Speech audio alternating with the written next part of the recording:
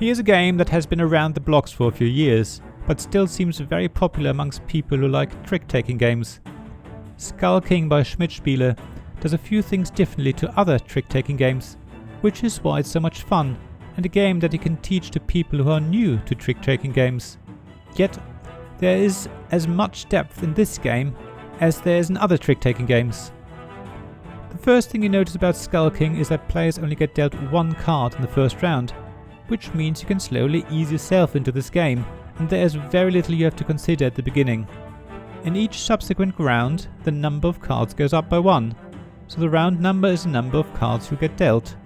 That matters because at the beginning of each round, everyone, all at the same time, needs to say how many tricks they think they will win. If you only have one card in your hand, that's easy, but as the number of cards increases, you have to think a bit more. The next point of difference in Skull King is that even though there's a trump suit, there's an additional hierarchy of cards, but even that hierarchy isn't linear. So even though there's a card that's technically the highest trump, the Skull King himself, that card can actually get trumped by another card, Mermaid, which itself is lower than other pirate cards though. Other trump cards are equal to each other, but whoever played the last of those cards, the trick wins it. It all seems very complicated, but there's a wonderful illustration in the rulebook that visualizes what trumps what, so you don't get confused. Yes, it's exactly the fact that different cards have different strengths depending on what else was played, combined with how your hand size increases from round to round, which makes Skull King so interesting and fun. Deciding how many tricks you like to get in each round becomes more and more difficult. At the same time, Skull King feels very much like other trick-taking games, so you will feel right at home if you're familiar with other games from the genre. A lot of the strategies you would use in other trick-taking games apply here as well, so the order in which you play your hand will be important if you're trying to draw out other players' strong cards, allowing you to win a trick with a lower card later on. There isn't much more to say about Skull King really.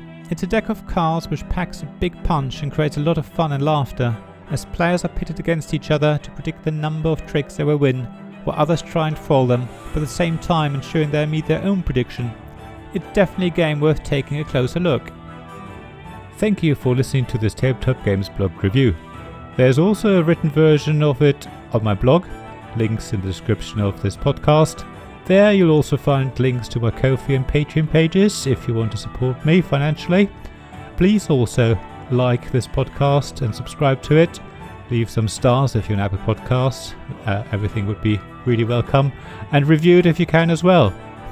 Other than that, tell your friends about it, and generally I hope you join me again for another episode of Tabletop Games Blog Review. Thanks for listening, and bye!